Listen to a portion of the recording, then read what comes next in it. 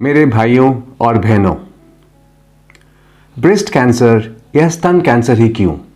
हमें कैंसर की चिंता क्यों होनी चाहिए? आपके दिमाग में यह सवाल आ रहा होगा कि हमें कैंसर से क्या लेना देना? हमें कैंसर तो हो ही नहीं सकता और ना ही हमारे परिवार में दूर दूर तक किसी को कैंसर है, तो फिर हम कैंसर की चिंता क्यों करें? बिल्कुल तार्किक विचार हैं आपके। हमें तो क्या, पूरे भारत को क्या लेना कैंसर से? ऋषि कपूर, इरफान खान, राजेश खन्ना, विनोद खन्ना, नरगिस दत्त, फिरोज खान, संजय दत्त, दिव्या चौकसी, मुमताज, लीजा रे, सोनाली बेंद्रे, मनीषा कोइराला, नफीसा अली, महिमा चौधरी, हमसा नंदिनी, किरण खेर, ताहिरा कश्यप, छावी मित्तल, गौतमी, ममता मोहनदास, इन सभी सुप्रसिद्ध कलाकारों के बारे में तो आपने सुना ही होगा।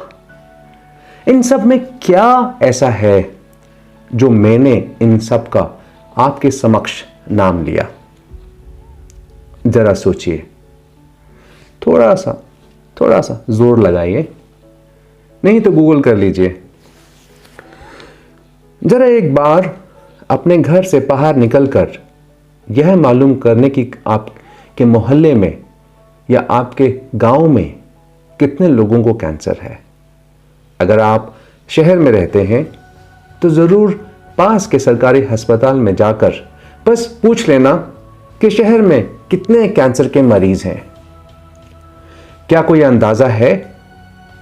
अगर आप यह जानकारी नहीं मालूम कर सकते तो कोई बात नहीं, मैं आपको यह जानकारी देता हूं। उसके बाद आप फिर खुद ही समझ जाना कि हमें कैंसर की चिंता करनी है कि नहीं। और फिर आपको इन सभी सुप्रसिद्ध कलाकारों के बारे में मैंने जिनका जिक्र किया समझ आ जाएगा कि मैंने क्यों उनका जिक्र किया। मैं आज आपको 3 जरूरी खबर या जानकारी कह लीजिए देना चाहता हूं, जिसका आपकी सोच और आपके जीवन पर बहुत ही बड़ा प्रभाव पड़ेगा।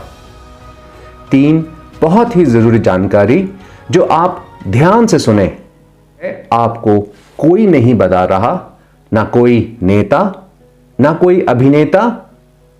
हमारा यानी आपका और आपके परिवार का, और तो और जो बच्चे अभी पैदा भी नहीं हुए हैं उनका भी, यानी कि हम सबका भविष्य बहुत खतरे में है।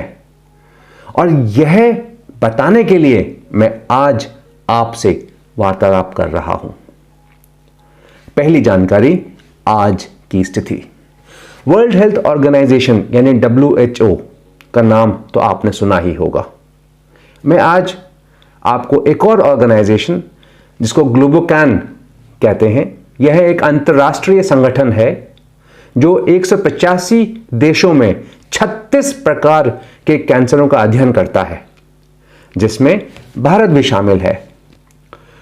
इसका आखिरी अध्ययन 2020 यानी 2020 में हुआ था और उसके मुताबिक उस समय यानी 2020 के समय में पूरी दुनिया में 4 में से 1 आदमी और 5 में से 1 नारी को अपने जीवन काल में कैंसर हुआ या होगा। यह 2020 के आंकड़े हैं। झटका लगा?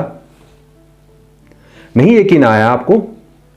ये मैं नहीं बोल रहा, यह सब कुछ लिखा हुआ है।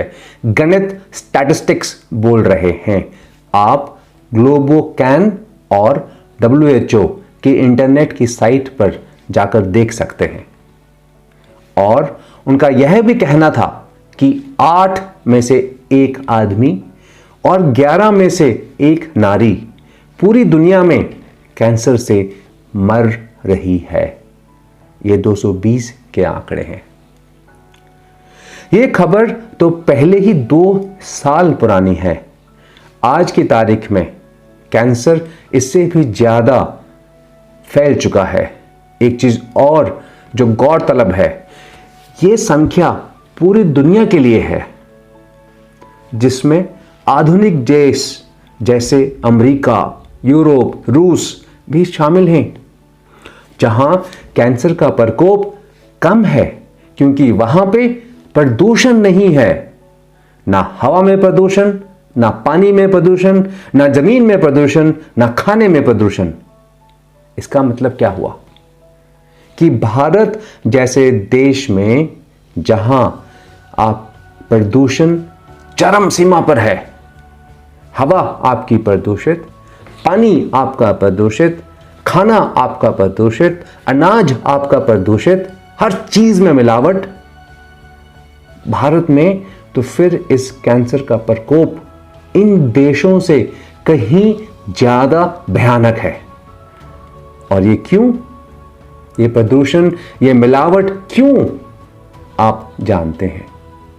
फिर भी मैं यह आपको विस्तार में बाद में बताऊंगा।